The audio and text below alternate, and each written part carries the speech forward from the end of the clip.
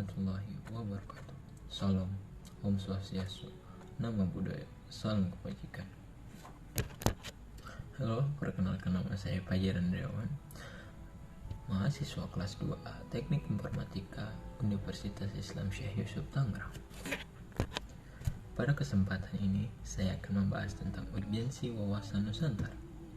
Sebelum kita menelaah lebih jauh tentang apa itu urgensi wawasan Nusantara, kita akan membahas tentang definisinya dulu. Apa yang dimaksud dengan wawasan Nusantara? Wawasan Nusantara adalah cara pandang atau sikap kita terhadap bangsa Indonesia dalam menjaga kesatuan dan persatuan bangsa berdasarkan Pancasila dan Undang-Undang Dasar Negara Republik Indonesia tahun 1945. Dengan mengutamakan persatuan wilayah dan menghargai kebinekaan untuk mencapai tujuan nasional. Artinya secara sederhana, wawasan Nusantara adalah perhatian kita terhadap bangsa ini untuk terus berkontribusi dalam kedaulatan dan menciptakan tujuan seluruh bangsa ini. Kenapa demikian kedaulatan? Karena yang kita tahu bahwa Indonesia terdiri dari 17.000 pulau yang tentunya berbeda-beda dari setiap pulau lain dengan pulau lain itu memiliki adat, daya, kebiasaan yang tentunya berbeda-beda.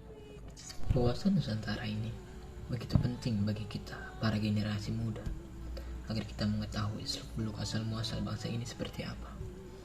Bahkan, jika kita lihat, dahulu Jenderal Sudirman, Panglima Besar Indonesia, pernah berkata, yang begitu sederhana amanatnya untuk kita semua, namun begitu dalam artinya untuk ke depan kita menjalani hidup berbangsa dan bernegara. Apa dia katakan? Kita hanya bisa menang kalau kita kuat, dan kita hanya bisa kuat kalau kita bersatu, dan persatuan kesatuan hanya akan terwujud bila kita menghidupkan tali persaudaraan. Apa artinya untuk kita semua?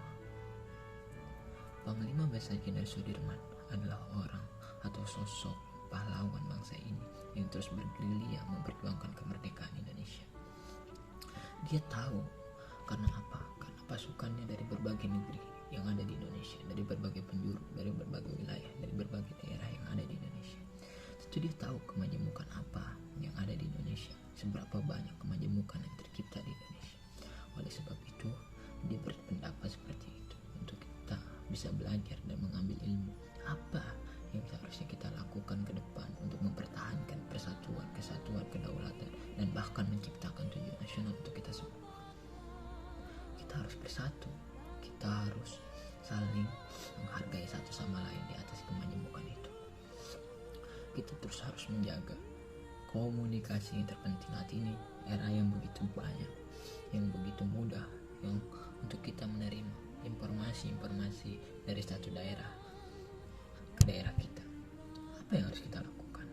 Tentunya kita sebagai bangsa yang terpelajar, bangsa yang diberi pendidikan, bangsa yang mengedepankan silaturahmi, tentunya kita harus menelaah apa yang akan kita lakukan ketika kita menerima kabar tersebut.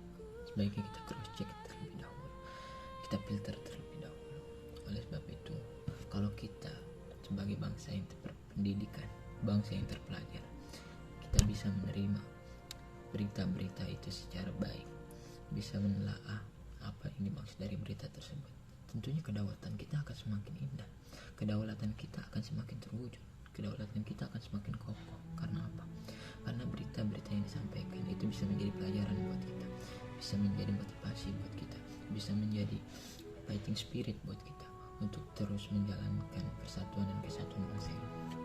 Tidak sulit untuk kita melaksanakan wawasan Nusantara. Karena apa? Karena kita bangsa yang terkenal dengan keramah tamahan, bangsa yang terkenal dengan murah senyumnya, bangsa yang terkenal dengan sila asih sila asuh terhadap orang lain. Dasar hukum wawasan Nusantara. Yang pertama, TAP MPR nomor 4 tahun 1973, yang kedua TAP MPR nomor 4 tahun 1978, dan yang ketiga TAP MPR nomor 2 tahun 1983.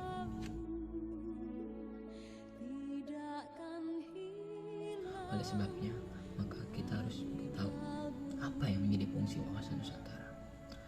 Fungsi wawasan Nusantara Dari poin nomor 1, wawasan Nusantara sebagai satu kesatuan politik. Bukankah sudah kita ketahui bahwa politik bangsa ini adalah politik demokrasi yang Pancasila, demokrasi yang mengedepankan jiwa-jiwa Pancasila. Setelah membahas satu kesatuan politik, kita lanjut kepada pembahasan satu kesatuan ekonomi. Wawasan Nusantara sebagai satu kesatuan ekonomi memiliki makna. Kekayaan Nusantara, baik potensial maupun efektif, adalah modal dan milik bangsa Indonesia.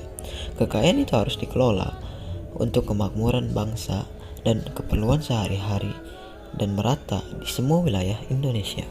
Di poin yang ketiga, kita akan membahas tentang wawasan Nusantara sebagai satu kesatuan sosial budaya.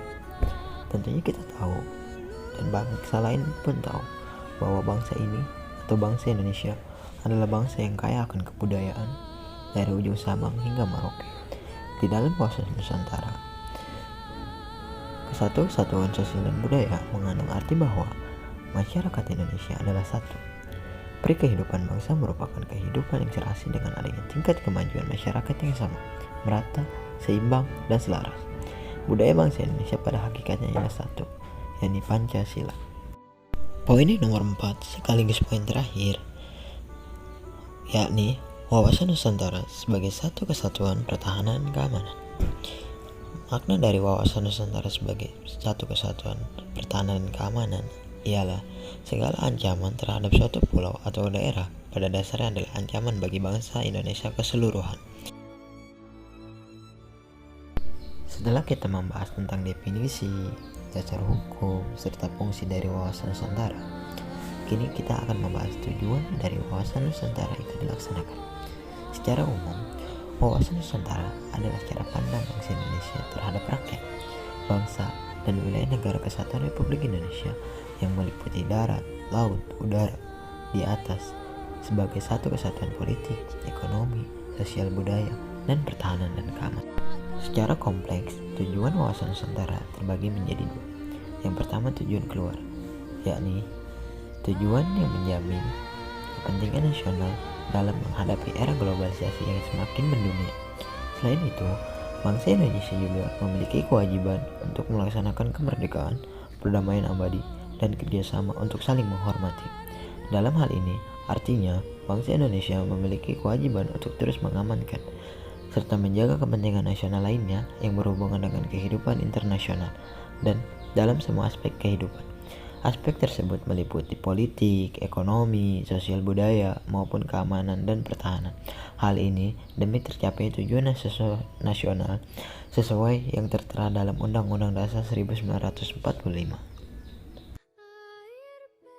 Yang kedua ialah tujuan wawasan Nusantara ke dalam.